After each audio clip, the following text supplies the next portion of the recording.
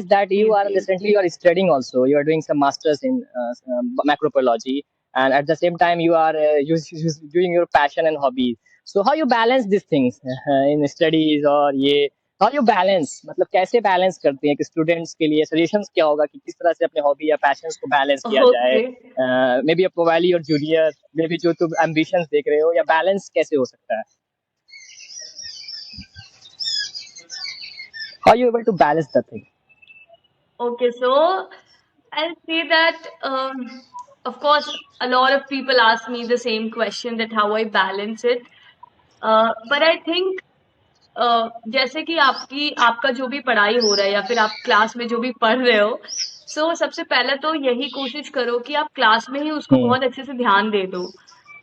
ताकि जब आप वापस आके रिवाइज करो तो आपको Hmm. वो चीज बर्डन ना लगे। ऑफ कोर्स हम भी बहुत बार नहीं करते ऐसा। I do a lot of procrastination and that is one of my greatest weakness.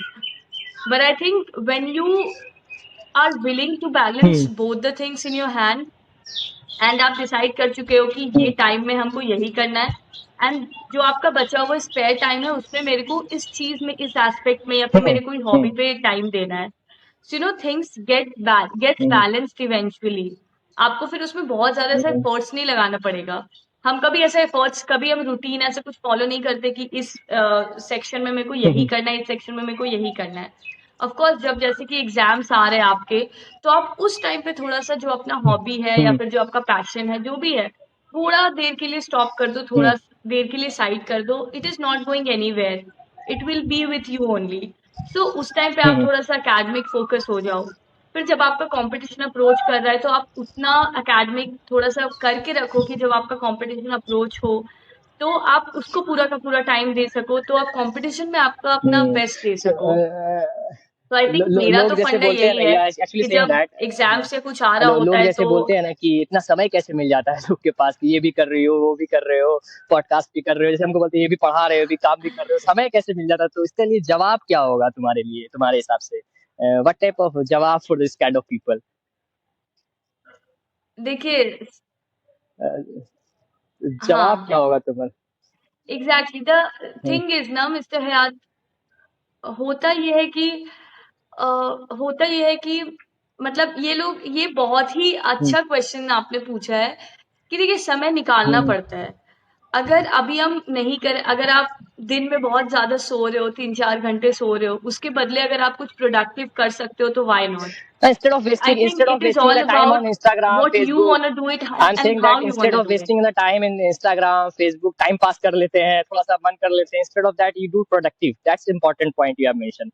Do productive things. That's important point you have mentioned.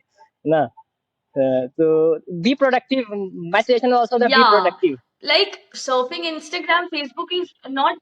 हाँ, हाँ, Yeah, exactly.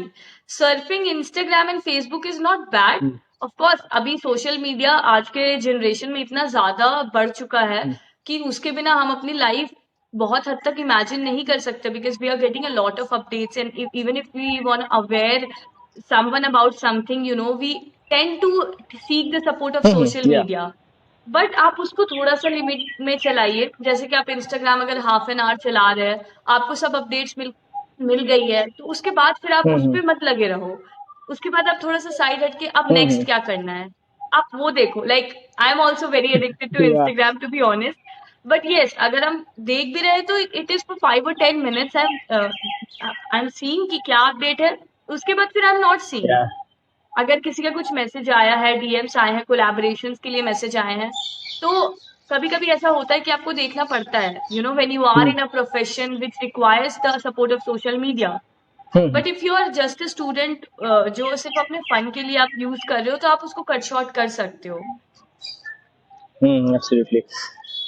I want to say the student audience that he has a beautiful Instagram page, photo and profile pic. You can visit on that. I will share the link in this podcast also, and you can. कि वो कैसे balance कर पा रही है college life और अपने academics life में या अपने मॉडलिंग करियर में किस तरह से वो बैलेंस कर पा रही है, तो हमें समझना होगा कि वो कैसे बैलेंस कर पा रही है। उन्होंने बताया कि जो टाइम कॉलेज में मिल रहा है, जो काम कॉलेज में मिल पा रहा है या कॉलेज यूनिवर्सिटीज़ या कैंपस में मिल पा रहा है, वो काम उसी वक्त कर रहे हैं और बाकी जो अपने जो पैशन है, अपने हॉबीज़ हैं, जो आप फॉलो करते हैं उस टाइम पे करें।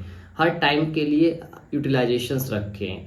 इंस्टाग्राम के बारे में बता रहा था, तो प्रोडक्टिव चीज़ देखें, ना कि अननोइंग थिंग्स जो एंटरटेन हो। हम ऐसा नहीं बोल रहा हूँ कि एंटरटेन देखें, पर अपनी प्रोडक्टिविटी को देखने के लिए उसी रिलेटेड कंटेंट बनाएं। जैसे सजेशंस हैं कि अभी के इंसान को जानना है तो उसके इंस्टाग्राम रील को देखिए, वो किस तरह के कंटेंट को कंज्यूम कर पा रहा है, तो इसी को समझना होगा।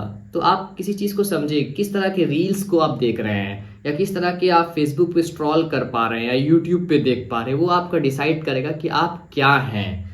सो आप कंटेंट वैसा कंज्यूम कीजिए जिससे आपकी प्रोडक्टिविटी को इन्हेंस कर सके। आप बैलेंस कीजिए पर्सनल लाइफ और प्रोफेशनल लाइफ में, या एकेडमिक्स लाइफ और अपने हॉबी में। बैलेंसिंग बहुत इंपॉर्टेंट होता है for the student, for the professional और फॉर एवरीवन। जैसे मैं खुद बैलेंस करता हूँ अपने प्रोफेशनल लाइफ में, पर्सनल लाइफ में, और अपने जो भी एकेडमिक्स लाइफ में मैं जब किया था तो मैं बैलेंस करने की कोशिश किया गया।